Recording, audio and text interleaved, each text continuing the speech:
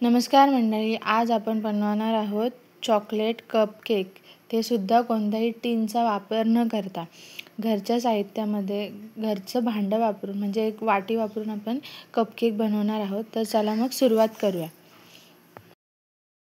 मी इथे मीडियम साईजच्या 3 वाट्या घेतल्या आहेत कपकेक बनवण्यासाठी.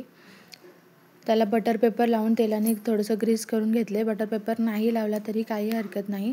तुम्हाला जर तर इथे मी आता तेलाने तिन्ही वाट्या ग्रीस करून घेतल्या आहेत.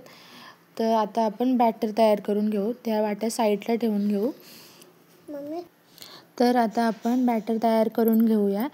इथे मी चॉकलेट प्रेमिक्स घेतले. आपण इथे चॉकलेट कपकेक बनवत आहोत, त्याच्यामुळे मी अर्धा कप चॉकलेट प्रेमिक्स घेणार आहे.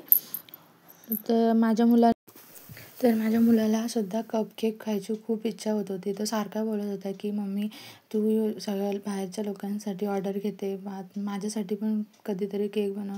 तर बोलले चला मग आज बनवूया ह्याच्यासाठी कपकेक. म्हणून आज चॉकलेट कपकेक बनवायला घेतलं. मी इथे अर्धा कप प्रेमिक्स घेतला आहे. त्यात थोडं थोडं पाणी मिक्स करून बॅटरची कन्सिस्टन्सी व्यवस्थित करून घेऊया. आणि छान जास्त पातळ नाही जास्त घट्टही नाही असं बॅटर आपण बनवून घेणार आहोत.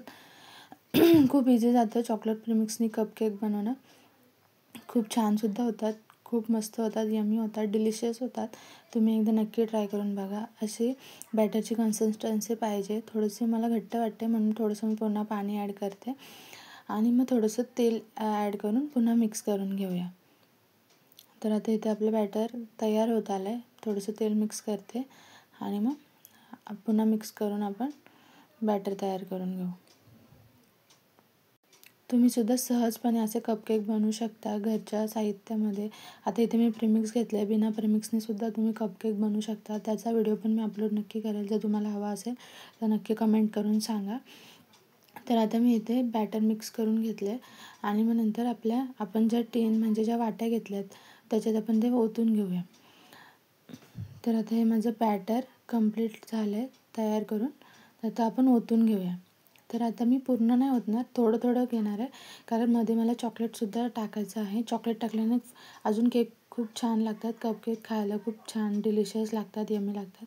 तर इथे मी चॉकलेट डार्क कंपाऊंड कट करून घेतले. तुम्ही इथे डेअरी मिल्कचा सुद्धा वापर करू शकता. असं काही नाही की डार्क कंपाऊंडच पाहिजे.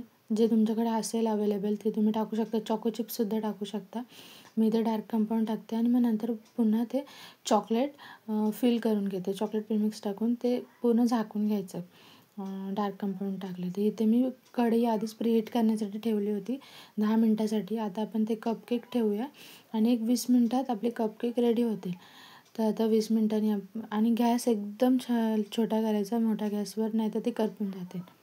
20 मिनटांनी बघूया आपले कपकेक तयार झाले आहेत. मी इथे सुरीने टाकून तुम्हाला दाखवते. सुरी एकदम क्लिअर निघते म्हणजे आपले कपकेक तयार आहेत.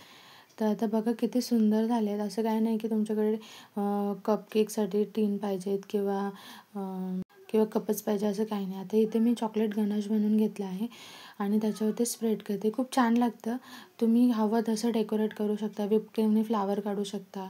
आता मला इथे घरीच खायचे आहेत म्हणून मी इथे फ्लावर वगैरे काढत नाही आहे. मी इथे गनाश टाकून त्याच्यावर चॉको चिप्स टाकून गार्निश करणार आहे एकदम सिम्पलमध्ये.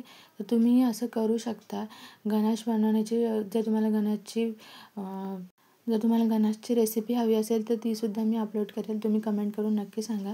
मी इथे चॉको चिप्स टाकलेत. तुम्ही तसेही खाऊ शकता, हे ऑप्शनल आहे.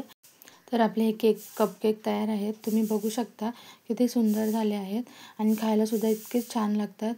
तुम्हीसुद्धा नक्की ट्राय करा. चॅनलला लाईक करा, शेअर करा, सबस्क्राईब करा, कमेंट करा. Thank you so much.